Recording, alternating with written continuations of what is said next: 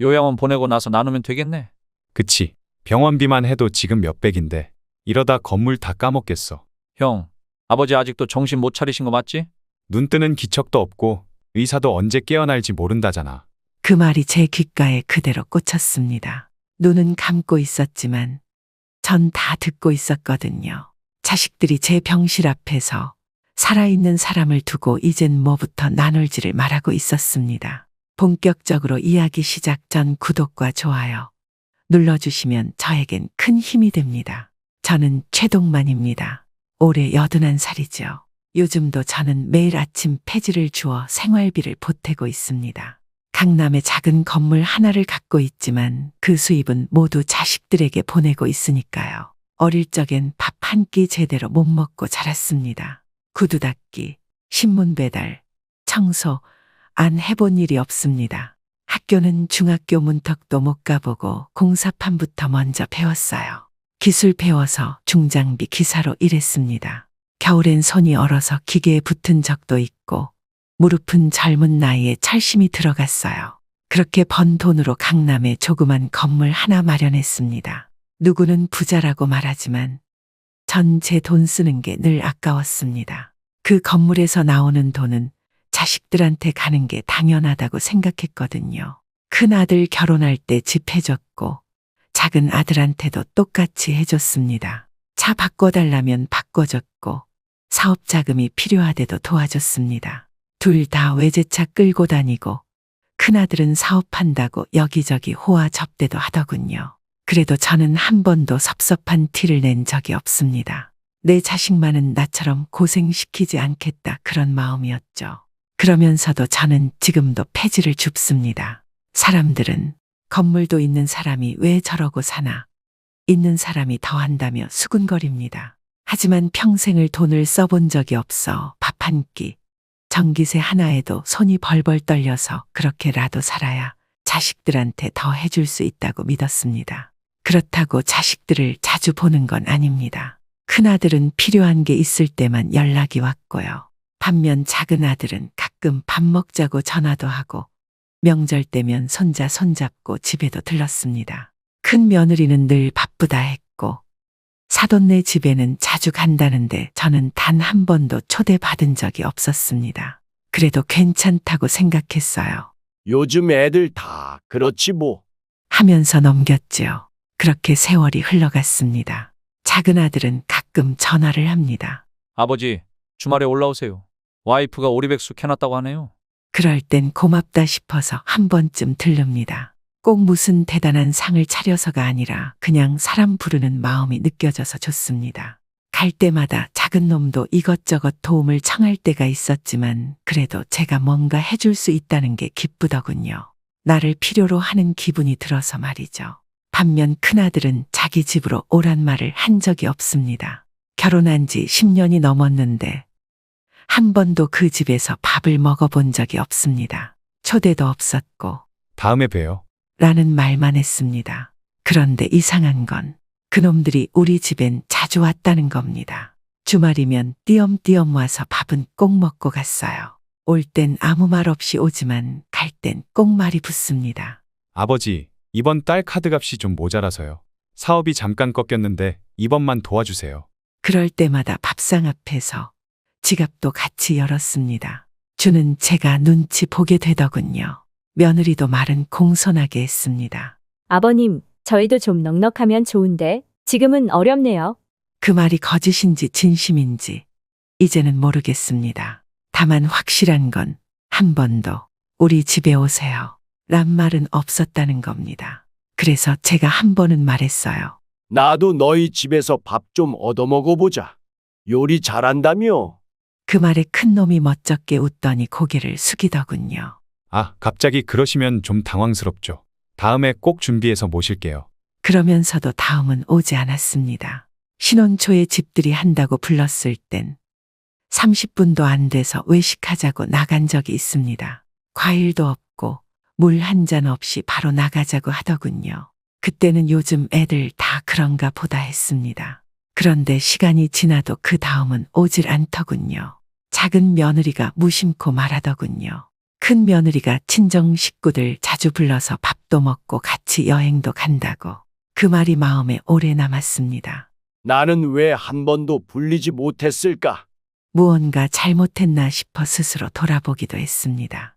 저는 자식들한테 무리한 걸 바란 적이 없습니다. 그저 한 끼 그 집 밥상 앞에 앉아 아버지 이거 드셔보세요. 그 한마디가 듣고 싶었던 겁니다. 사람이 밥이 그리운 게 아니라 가끔 마음이 그립습니다. 그게 자식 집밥 한 끼의 무게입니다. 새벽 5시면 눈이 저절로 떠집니다. 습관이 됐어요. 한 손엔 장갑, 다른 손엔 작은 손수레 하나. 요즘도 저는 폐지를 줍습니다. 안 해도 되지 않냐는 사람도 있지만 몸이 가만히 있으면 마음이 더 무거워져서 그렇습니다. 자식들은 다 압니다. 제가 아직도 폐지를 줍는다는 걸요. 큰아들은 한 번 마주친 뒤엔 이런 말을 했습니다. 아버지, 진짜 그만 좀 하세요. 체면 좀 생각하시죠. 그 말을 들었을 땐 아무 말이 안 나왔습니다. 내 체면이 걱정돼서 그러는 건지, 자기 체면이 부끄러워서 그러는 건지, 이젠 잘 모르겠더군요. 작은 아들은 알고도 그냥 모른 척 넘어갑니다. 아버지, 집에만 계시면 심심하셔서 운동 겸 하시는 거죠? 하고 웃으며 넘깁니다. 그 말 속엔 걱정도 없고 진심도 없었습니다. 그냥 껍데기 같은 말이었죠. 며느리들은 더 말할 것도 없습니다. 한 번은 작은 며느리가 지나가듯 말하더군요. 저희야 뭐 아버님이 자유롭게 하시는 거니까요. 요즘 직업에 귀천이 어딨겠어요. 큰 며느리는 아예 말도 없습니다. 지나가다 마주쳐도 인사조차 안 할 때도 있었어요. 그럴 땐 그냥 모른 척하지만 씁쓸함이 몰려옵니다. 아이러니한 건 그런 자식들이 돈 필요할 땐 살갑게 웃으며 찾아온다는 겁니다. 아버지, 통장에 여유 좀 있으시죠? 건물 월세 이번 달은 저희 쪽으로 돌려주시면 안 될까요?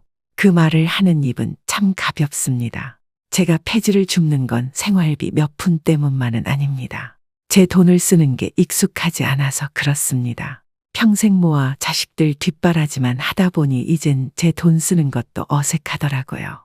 어떻게 써야 할지도 모르겠다는 게 맞을 겁니다. 써본 적이 없으니 동네에서 저를 보면 다들 한마디씩 합니다. 아버님, 그 연세에 무리하시면 안 돼요. 자식분들은 뭐 하세요? 그 말이 들릴 때마다 마음이 쓸쓸합니다. 어째 동네 사람들이 자식보다 더 저를 불쌍히 여기고 걱정하는 것 같아서요.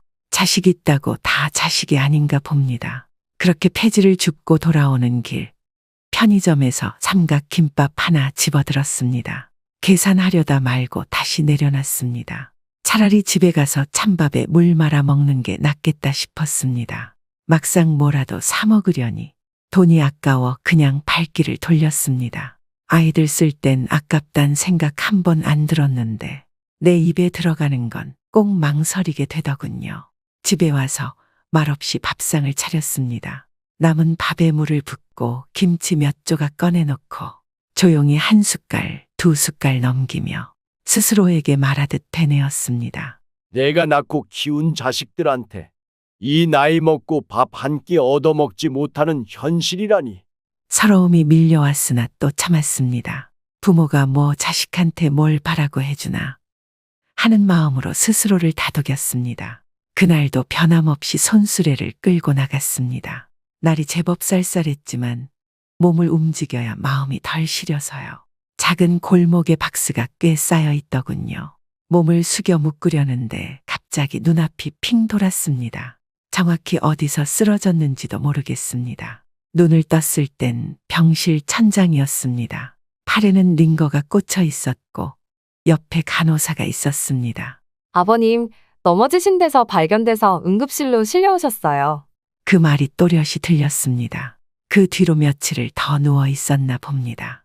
그러다 온몸이 욱신거리고 머리는 무겁고 가만히 있으니 자식들 목소리가 들렸습니다. 바로 옆에서 말하는데도 저는 눈을 뜰 수가 없었어요. 형, 병원비가 너무 많이 나와. 아버지 상태도 그런데.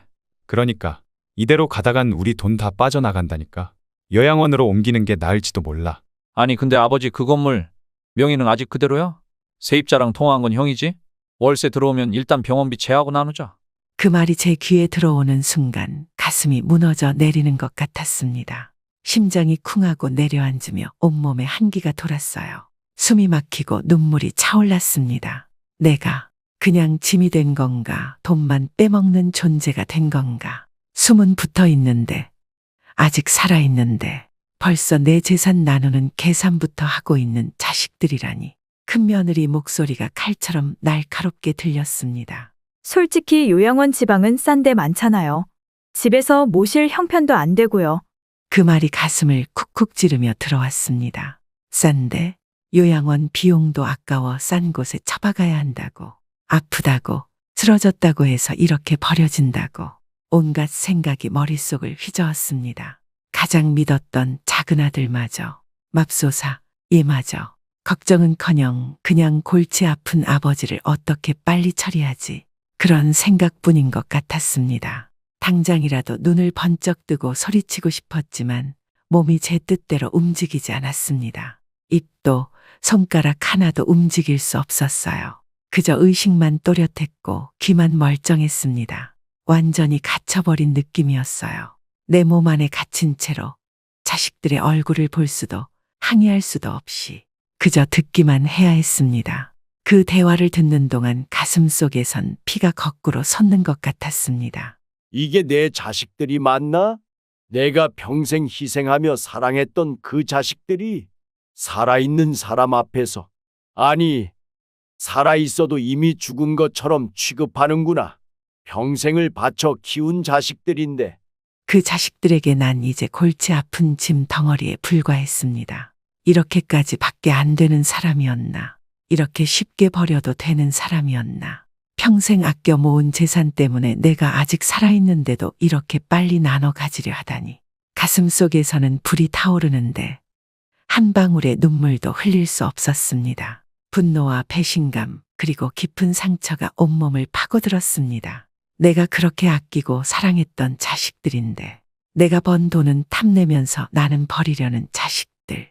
사람이 움직이지 않는다고 해서 듣지도 보고 있지도 않는 건 아니라는 걸 그 자식들이 몰랐던 겁니다. 그날 저는 분명히 느꼈습니다.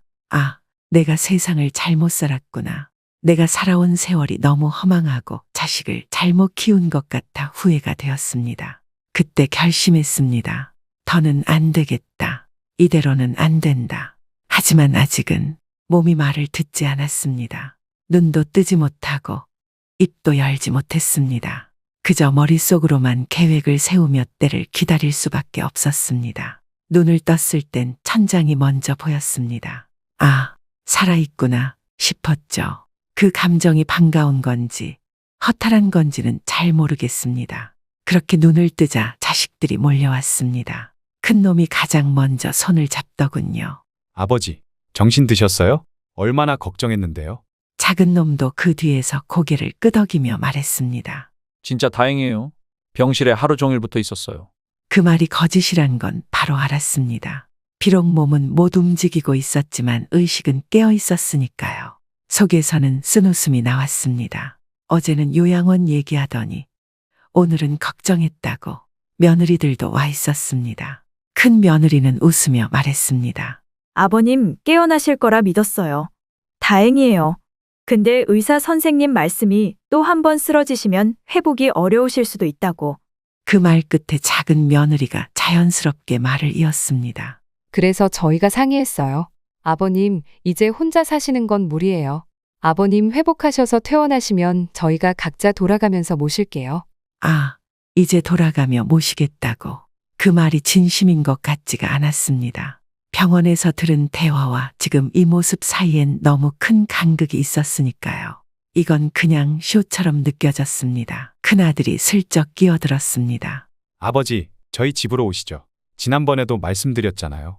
요즘 저희 쪽이 여유도 좀 있고 방도 정리해놨습니다. 그 말에 작은 아들이 곧바로 받았습니다. 아니에요. 아버지는 아무래도 저희 쪽이 더 편하실 거예요. 근처 병원도 가깝고 애들도 자주 볼 수 있고요. 그 모습을 보니 역겨웠습니다.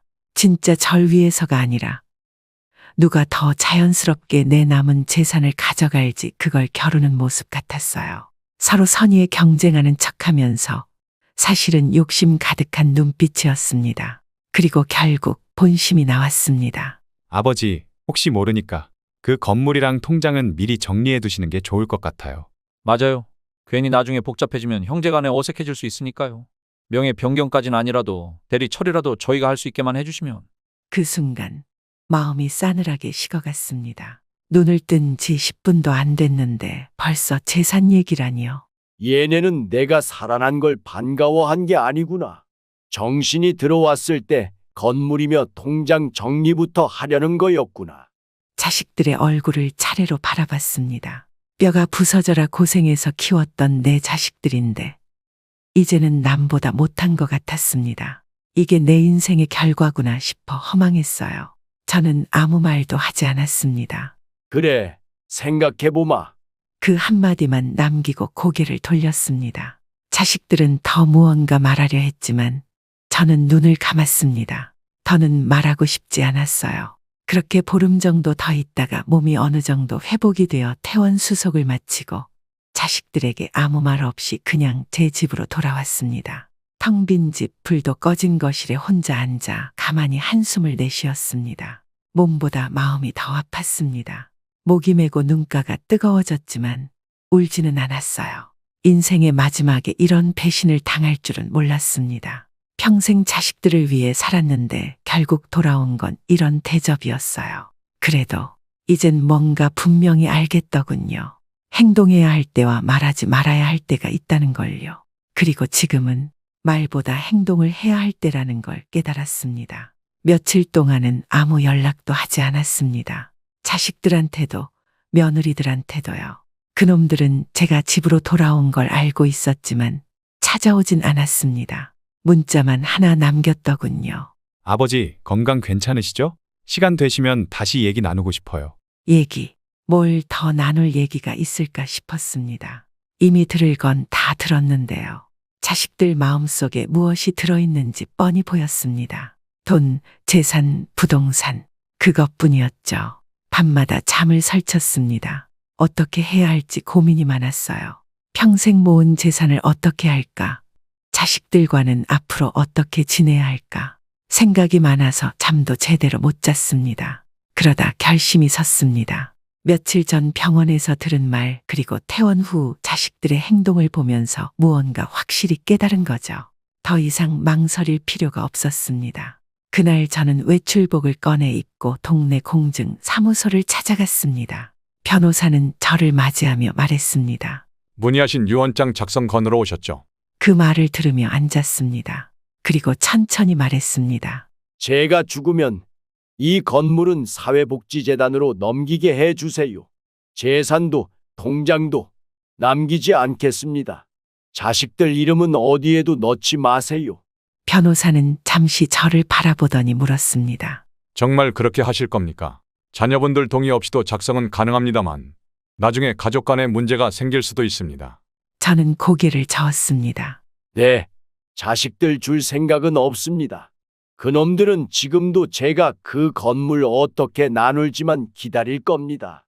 근데 그거 안 줄 겁니다. 내가 살아있는 동안은 내가 쓰고 그리고 죽고 난 뒤 남은 돈은 내가 원하는 대로 할 겁니다.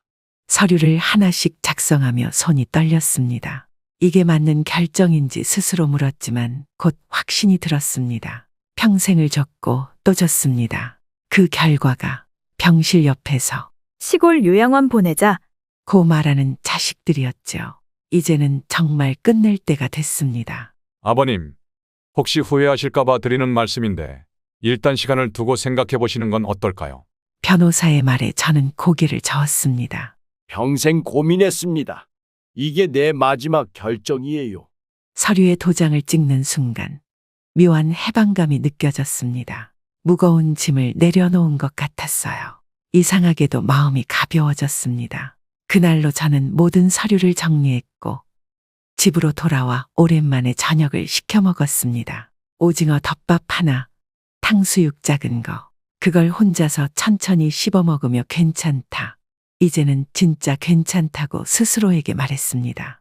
그동안엔 늘 누군가를 생각하며 살았습니다. 큰 놈이 잘 돼야, 작은 놈이 안 서운하게 해야. 그런 게 부모라고 믿었어요. 근데 지금 생각해보면 그렇게 사는 게 나한테는 참 고단한 일이었구나 싶었습니다. 창밖을 보니 노을이 져 있었습니다. 예전 같으면 저녁밥 뭐 해줄까 하고 자식들 생각했겠죠. 근데 오늘은 그냥 나한테 뭘 해줄까만 생각했습니다. 그게 이 나이 들어서 처음 드는 마음이라는 게 조금은 쓸쓸했고 조금은 다행이었습니다.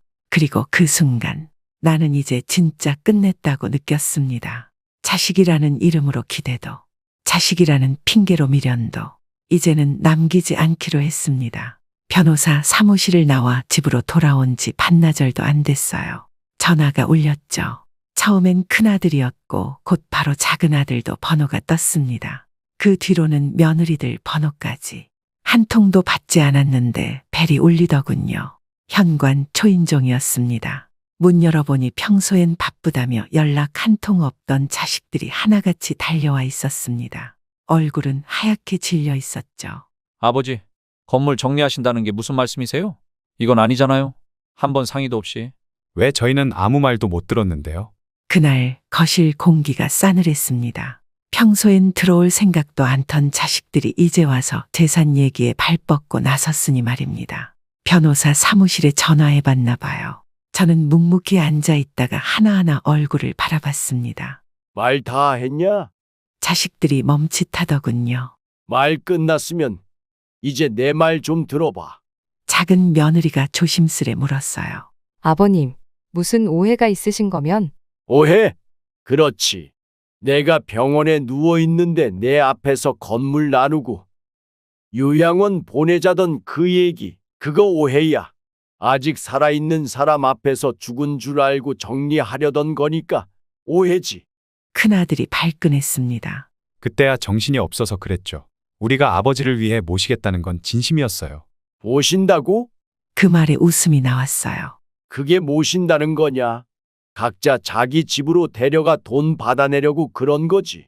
작은아들이 다가와 말했습니다. 아버지, 우리 그런 뜻 아니었어요. 그냥 걱정돼서 혹시 또 쓰러지시면? 손을 들어 말을 막았어요. 그래서 미리 챙기자고? 내 명예, 내 통장, 내 건물 다 너희 몫이라 생각했냐?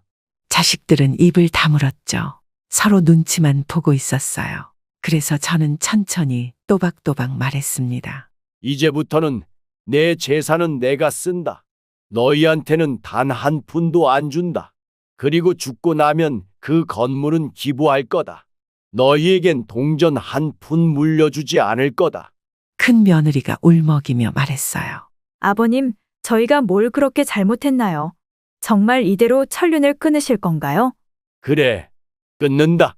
제 목소리는 담담했습니다. 이제 너희는 내 자식 아니다. 나는 너희한테서 가족이란 걸 못 느꼈어. 죽기 전에 그걸 알아서 다행이야.